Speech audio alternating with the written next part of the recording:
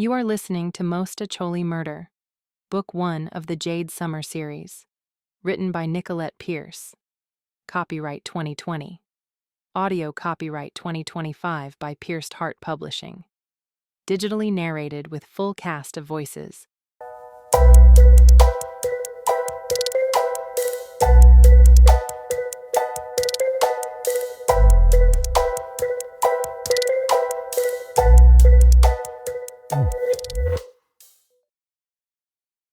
Chapter 19. It didn't take Lily and me long to cut the fabric, but I did fear for Lily's fingers as she slashed at the material while shooting glares over to Mila, who sat at a table with Ross. I didn't think Lily had anything to worry about. Ross was just giving Mila information on the restaurant, but Mila kept touching Ross's arm and hand, giggling every once in a while. Mila had never been subtle, and Lily's usually calm demeanor was unraveling quickly. I had to distract her before she chased away my graphic designer. I didn't see Lan last night, I said, but I promised I'd bring pizza tonight in exchange for seeing him. Her gaze shifted to me. What happened?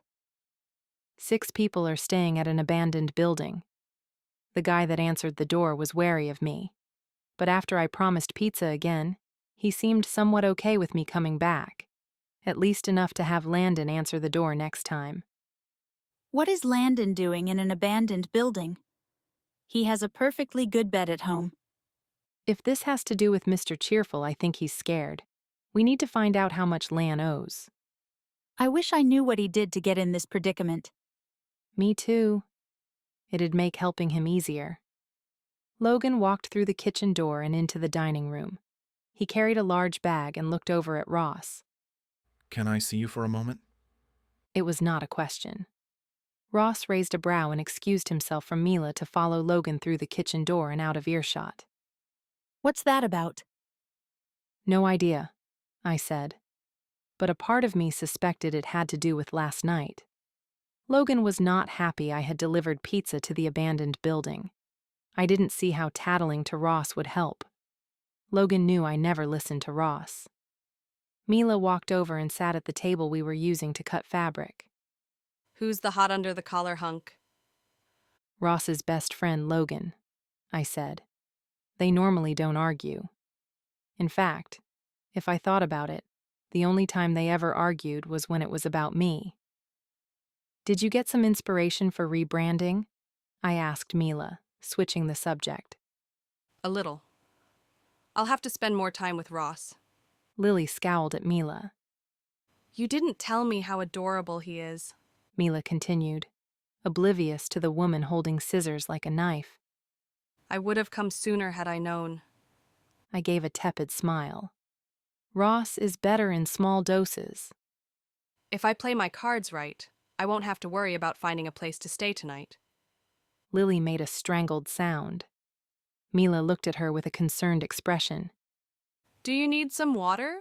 Lily still clutched the scissors. Mila, let me give you a quick tour, I said, grabbing her hand and leading her to the kitchen. Mila scanned the kitchen, taking in the cooking, prep, and washing stations. Small but probably efficient with everyone close to each other. The office door opened, and Logan walked over to me with a helmet. He plopped it on my head. Wear it, and don't let me see you at that building again. He then stormed out the back exit. Only you can make him that mad. Ross said, coming out of the office with crossed arms. And I always get the brunt of it. You owe me. I don't see how I owe you, I said, pulling the helmet off my head. I had asked you for a helmet. And you delivered an unauthorized pizza. I snorted. You sound like Logan. Because I had to listen to him. If he has a problem with me, he should talk to me. You ignore him. I gave a half-hearted shrug. It was true. Well, problem solved. I have a helmet. And you won't deliver pizza to that building again. Ross. No, just don't. It's not safe. Either help with the restaurant or go home. I don't need you coming between Logan and me again. What do you mean? You know what I mean. You started dating him, and it was a strain. but we got over it. Then you broke up, and I nearly lost him. I won't lose my best friend. Not when you're just going to trot off to your job when you tire of us. I was at a loss for words as Ross turned and walked out the back exit. Drama. Mila whispered right before she grinned. I'm so glad I came. I wanted to groan. He'll get over it, I said, heading to the employee room. But I did feel bad. I knew my relationship with Logan had been hard on Ross. I just didn't know how hard. Mila followed me. Ross is delectable when he's angry. A whole different person almost. If you're interested in Ross, you'll want to know he tends not to like women who chase him.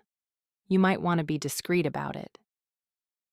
I opened the delivery driver locker and was about to place the helmet inside when I noticed something at the bottom of the locker. I reached down to pick up a piece of paper with a combination on it. Ordinarily, I wouldn't have thought anything about it, but this had been Wayne's locker. Did the combination have something to do with him? And possibly Mr. Cheerful or Lan? I pocketed the paper, wondering if these numbers were worth murdering someone for. It was an hour before my shift when I arrived at the pawn shop just a few blocks outside of Chinatown. I knew I wouldn't get fair value for the ring, but it was worth enough that I felt confident I could get $5,000, which would replace my cost of the ring. I walked to the counter and set my ring down in front of the owner, who looked as vintage as some of the items in his store. The extreme back-to-front comb-over helped to seal the look. From as far back as I could remember, his look had never changed. Selling it? He asked. If the price is right. He gave a chuckle. That depends on how desperate you are. He took out his loupe and studied the diamonds. You had a sugar daddy, didn't you? Not quite. Why are you selling? Did daddy find his sugar elsewhere? I breathed through my impatience. How much?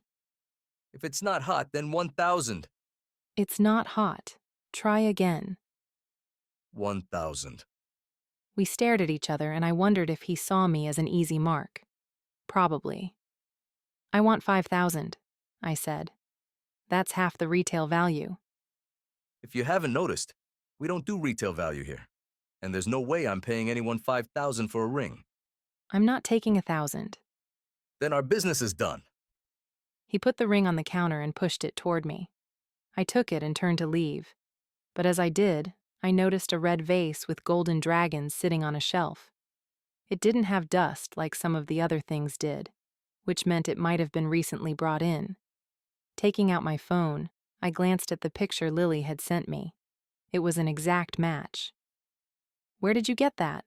I asked. Some guy brought it in. Who? He shrugged. I don't keep track of sellers. No one would come here if I did. I looked through social media to find Wayne's picture. Turning the picture to the owner, I asked, "Do you recognize him?" Yeah, might have been him. He comes in often. To sell things? Nearly every week. Hasn't been in for a while, though. That's because he was killed, and this vase was stolen. The owner didn't seem concerned. I'm calling the police, I said. He straightened. No need to bring the cops in. It's just a vase. This vase is part of a murder investigation. Tell you what, you sell me the ring and we forget all about this. Give me 5,000 and the vase. I can't do 5. You sure about that? I know the detective on this case. He's a friend of the family. He cursed. Fine. Give me the ring. I placed it on the counter as he went to the back room. He returned and placed a stack of cash on the counter and grabbed the ring. I counted the money before I shoved it into my pocket. Nice doing business with you, I said. Don't come back. Deal. Do you have a bag? He snatched a "Have a nice day" plastic bag from behind the counter and tossed it at me. I placed the vase inside. It wasn't for carrying it. It was to conceal it. If this is what put Lon into hiding and got Wayne killed, I didn't want anyone seeing me carry it. Hurrying back to the restaurant, I stored the vase in the locker. I then found Ross in the office and placed the money on the desk. 5,000, I'll try to get more, but I think this is it for now. Ross glanced at the money. I thought your money was tied up. It is, but I found something to sell. Speaking of which, how angry is Logan? Do you think it's safe to talk to him yet? Or does he need more cool-down time? He'll be fine by tomorrow. Why? Just something I found at the pawn shop. I'll talk to him later. Most likely tonight when I return to the abandoned building. What did you sell? Nothing important. Where's Mila? She's upstairs with Mom. Do I want to know what they're doing together? He shrugged. Not sure what they're up to. But when Mom found out Mila needed a place to stay, Mom took over. I haven't seen them since. That made me nervous, but maybe Mom would find a corner somewhere to pile up some blankets and a pillow for a makeshift bed. We could come up with a game plan for where Mila could stay tomorrow. Even though she'd quit her job, I couldn't see her wanting to live in Chicago. She didn't have any family or friends in the area, and Mila was a social creature. Jade, you have an order coming up, Aunt Dot said, coming into the office. We're not even open. I took the call since we need the money. All right, I'll get ready. I hoped it was a busy night. I didn't want to think too much about the unsanctioned delivery tonight. If Logan was already upset, this would likely send him into a spiral. I'd just have to be sneaky, and if he did catch me, I'd wave the vase information in front of him. That would distract him. When I finally returned to the restaurant with my last delivery, it was just past midnight, and while I wanted to bring the pizzas to the abandoned building, I knew it was too late. While I could be stubborn, I wasn't stupid. Not knowing what to do, I found Landon's phone number and texted him. Late night at work. Can I bring the pizzas tomorrow? Maybe before my shift? I waited for a few minutes before shoving the phone back into my pocket. Perhaps instead of pizza, I could bring them baked goods in the morning. At least it would be daylight. I'd leave a note for Mom to bake a few extra things. But just as I went to the office to find paper for a note, I realized we already had the monumental task of pre-cooking some of the funeral food. She'd never have time to bake extra. I heard a laugh in the distance. Were people in the dining room? The kitchen was closed. Where was Ross? Swinging open the door to the dining room, I found Ross and Mila at one of the tables looking at her laptop. What are you guys up to? I asked. Oh, Jade, come look at some of the preliminary designs. Mila said, scooting her chair closer to Ross to make room for me. He leaned away as her shoulder brushed against his. Walking over, I peered down at the laptop. She had a few vintage logos that were heavy in Italian tradition, and some that were modern with less fuss. Once you pick which one you like the most, I can then start using the logo to brand everything else. Ordinarily, I preferred modern. Less was more in my opinion. But the vintage called to me. It seemed to fit better with our old restaurant. I pointed to the red and green logo that included a fork twirling spaghetti. I like this one. What about you, Ross? He nodded. I think I prefer that one too, but I thought we were trying to reinvent ourselves to compete against the new restaurants. Yes. But there's something about this design that fits us. We definitely need to modernize, but we don't have to be exactly like the new restaurants. This design is friendly. I agree. Should we get the others' votes tomorrow? I think so. We need to be all in agreement before moving forward. Everyone should be here tomorrow to prep for the funeral. We can always text Dad for final approval. Sounds good. He said as he stood. I think I'll call it a night. It's been a long day. Thanks for your help, Mila. As Ross walked toward the kitchen door, Mila's gaze followed him. Mila, did Mom get you settled in? She nodded. I'm dream hunting on the floor. And I know exactly who I'm dreaming about. I didn't want to know about any dreams relating to my brother. Sorry about the floor. I know it's not ideal. It's perfect. I get to spend more time with you. And your mom is awesome. She told me the funniest stories about you and Ross as kids. I wanted to groan. When I worked at the firm, I had kept my private life private. No one needed to know Ross used to put his underwear on my head when I was sleeping, nor that I retaliated by giving him permanent marker makeovers while he was sleeping. I'm glad she kept you entertained.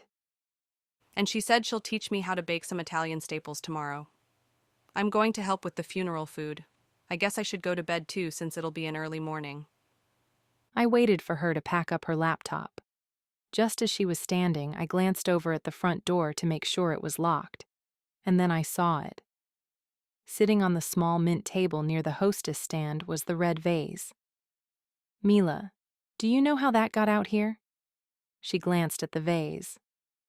Oh, I found it in a locker and thought it was too pretty not to display. Is it yours? Why were you looking in the lockers? I was trying to find inspiration, and I think I annoyed your aunt. She told me to go find inspiration in the back. Mila shrugged. The vase was in full view of anyone passing by. I had to hide it. But just as I headed over to get it, a loud popping noise startled me. The front window shattered. Down! I shouted as I dove to the floor. A squeal of tires pierced the air. Had they left? I didn't move, but when I didn't hear more shots, I glanced over at Mila. Are you okay? Okay? I was shot at. I didn't see any blood on her. Get in the kitchen. As she raced through the door, I ran for the vase and snatched it before following Mila. Why are people shooting at us? Mila screeched. I think it has to do with the vase. We need to go. I hurried to the back door and looked through the peephole. I didn't see anyone, but that didn't mean they weren't hidden behind the garbage or in blind spots. I'm going to open the door a little and see if anyone shoots at us. If they don't, we run to the apartment door. Got it? I can't believe I quit my job for this. Just be ready. I nudged the door open. No sounds. Instead of sticking my head out the door, I waved my hand. I think it's as safe as it's going to be, I said. Ready? She shook her head with a squeak. I wanted to shake my head too, but we didn't have options. The restaurant was already breached. Grabbing her hand, I dashed out the door and over to the apartment entrance. We hurried through and up the stairs. As soon as we were in the apartment, I locked the door and pulled out my phone to call Logan. He answered after one ring. You better not be at the abandoned building. Someone just drove by the restaurant and shot out the window. Is everyone okay? Yes, but I have the vase. I think that's why they were shooting. Where are you now? Upstairs. I'll be right over. Don't leave. Did he think I was dumb? I wasn't leaving for a long, long time.